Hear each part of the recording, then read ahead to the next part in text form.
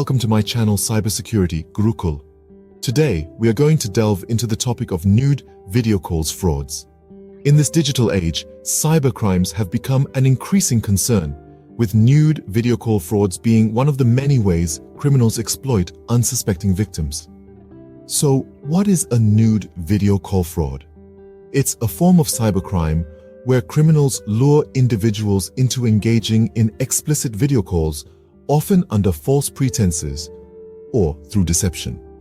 Once the victims are on the hook, the criminals capture these private moments without the victim's knowledge, which they then use for blackmail or other malicious purposes.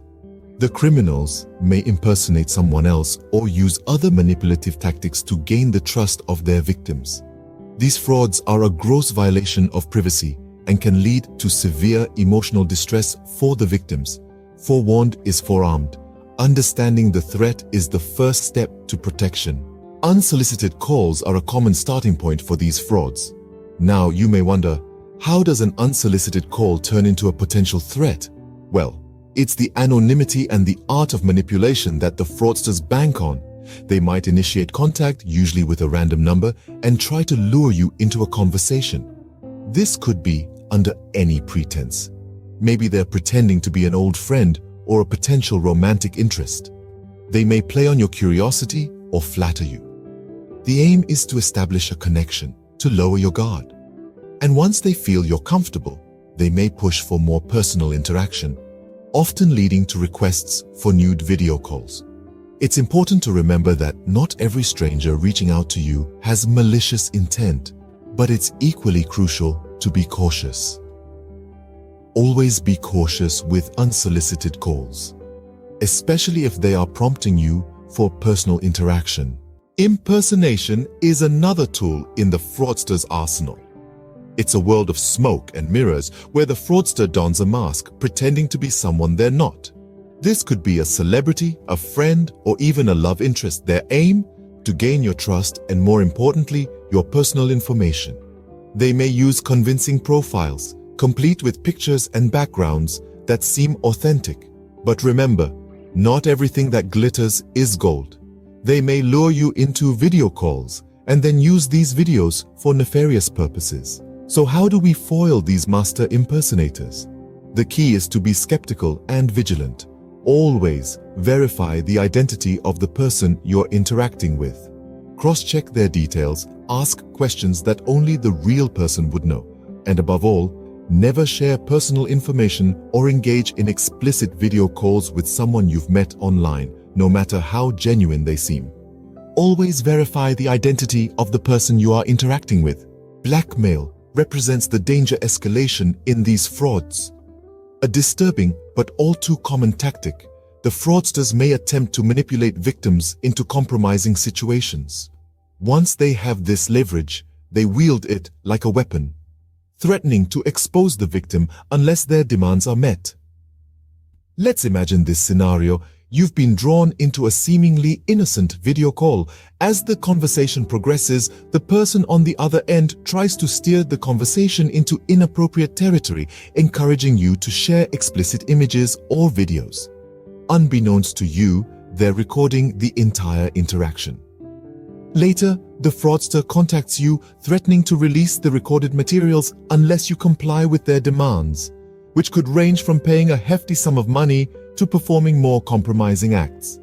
This is a terrifying experience, but it's crucial to remember one thing: never give in to blackmail threats.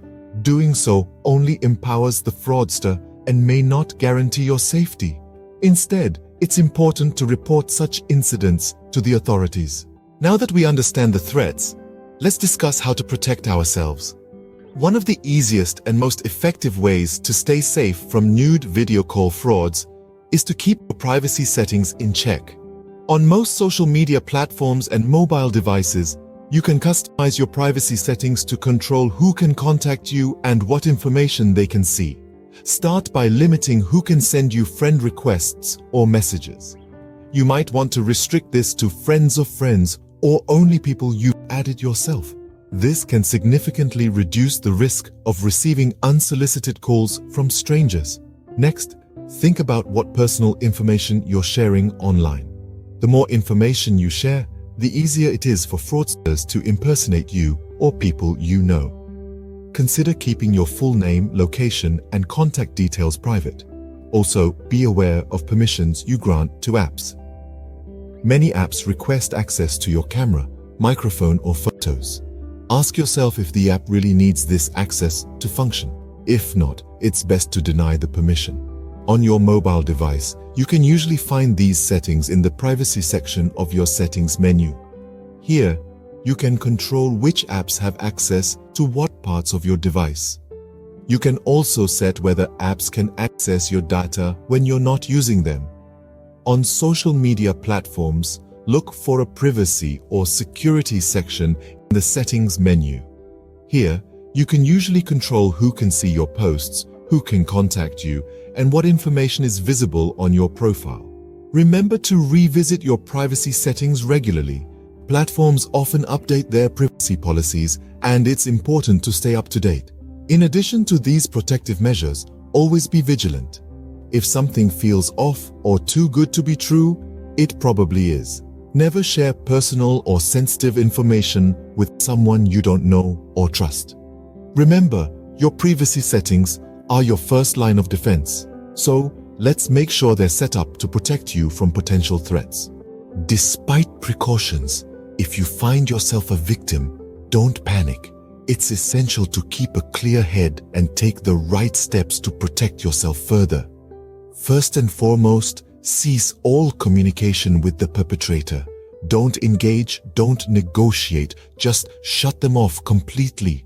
Next, safeguard your digital footprints. Change your passwords, tighten your privacy settings, and make sure to alert your friends and family about the situation so they can be on guard against any unsolicited messages or calls.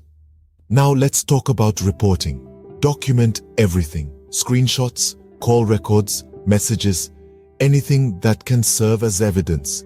Report the incident to your local law enforcement, and don't forget to report it to the platform where it occurred. Many social media platforms and communication apps have mechanisms in place to report such incidents, and they can help in tracing the perpetrator. In the heat of the moment, it's easy to feel embarrassed or guilty. It's important to remember that you're the victim here, not the perpetrator. The shame belongs to the person trying to exploit you, not you. Let's shift gears and talk about legal recourse. Depending on your location, laws against cybercrimes may vary. However, most countries have legislation against online harassment, blackmail, and privacy invasion. Consult with a legal professional to understand your rights and the possible legal actions you can take. In many places, there are also victim support services available. These organizations can provide emotional support, legal advice, and help you navigate the process of reporting and recovery. Always remember, the law is on your side. Don't hesitate to seek legal help. You are not alone in this battle against cyber fraud. Indeed, various support networks stand ready to assist victims of nude video call scams. These networks range from online forums where you can share your experience and learn from others to professional organizations dedicated to fighting cybercrime. One of these is the cybercrime cell of your local police force. These specialized units are equipped to handle such cases with sensitivity and discretion. They possess the necessary technical expertise to track down perpetrators and bring them to justice. Similarly, non-profit organizations offer counseling and legal aid to victims of cybercrime. They can guide you through the process of filing a complaint, collecting evidence, and pursuing legal action. They can also provide emotional support, helping you cope with the trauma of being victimized. Online platforms like social media networks and messaging apps also have dedicated teams to handle cases of misuse. They can assist in blocking the offender and removing any illicit content. Moreover, tech companies are continuously working on improving their security features to protect users from such scams. They frequently update their guidelines and offer tips to users on how to stay safe online. Your friends and family too are a crucial support network. They can provide emotional support, reassurance, and practical help. Do not hesitate to reach out to them if you are a victim of such a scam. Remember, it's not your fault and there's no shame in seeking help. In conclusion, while nude video call frauds are an unfortunate reality, being proactive and informed can significantly reduce the risks. Stay vigilant, protect your privacy, and remember that there is help available if you ever become a victim. Knowledge is power, and knowing what to do and where to turn for help is your strongest weapon in this fight against cybercrime. So, arm yourself with information, stay alert, and be safe in the digital world. After all, the internet is a wonderful place, and with the right precautions, we can all enjoy it without fear. In conclusion, while nude video call frauds are an unfortunate reality, being proactive and informed can significantly reduce the risks. Stay vigilant, protect your privacy, and remember that there is help available if you ever become a victim. We hope this video has been informative and helpful. Today, we delved into the troubling world of nude video call frauds, discussing how these scams operate, from unsolicited calls and impersonation to blackmail. We've shared protective measures, privacy settings, and how to verify identities to safeguard yourselves. We also touched on what to do if you're a victim, the legal recourse available, and the support networks that can help you navigate through such situations. Recall, knowledge is power. By understanding the modus operandi of these fraudsters, we can significantly reduce our vulnerability to such scams. Remember, your safety and privacy are paramount. Now, if you found this video helpful, please do subscribe and hit that like button. Sharing is caring, so do pass this video along to your friends and family. It might just be the information they need to stay safe online. And don't forget to hit the bell icon for notifications. If there's a topic related to cybercrime you want us to cover, drop a comment below. Thank you so much for watching this video. Please do not forget to subscribe, like, and definitely share this video, as this will help your near and dear ones to remain protected against cybercrime. Do not forget to click on bell icon. And please do comment if you need any other video to be prepared about any other cybercrime that you may have faced. Thank you, and see you in next video.